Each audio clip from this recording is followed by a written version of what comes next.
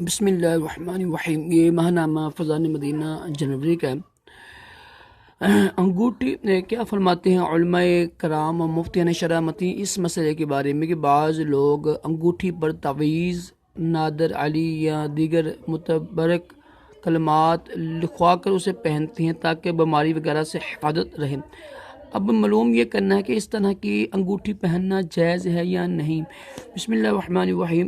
انگوٹھی کے نگینے پر تعویذ، نادر علی اور دیگر مبارک ہوتے ہیں نا کلمے نقش کروا کر اسے پہننا جائز ہے کہ حضور اکرم صلی اللہ تعالی علیہ وسلم نے اپنے لیے جو انگوٹھی بنائی اس پر محمد رسول اللہ نقش تھا۔ اس طرح خلفائے راشدین اور دیگر صحابہ کرام علیہ رضوان کی انگوٹھیوں پر بھی مختلف عبارت نقش تھی۔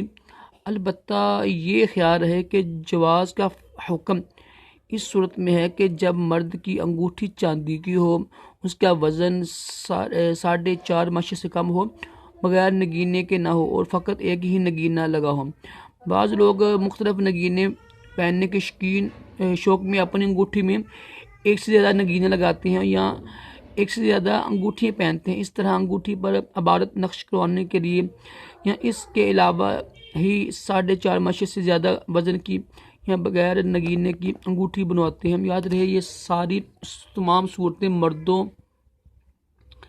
مردوں کے لیے ناجائز اور حرام ہیں اور ان سے بچنا ہر مرد پر لازم ہے، ٹھیک ہے، مردوں پر، عورتوں پر نہیں۔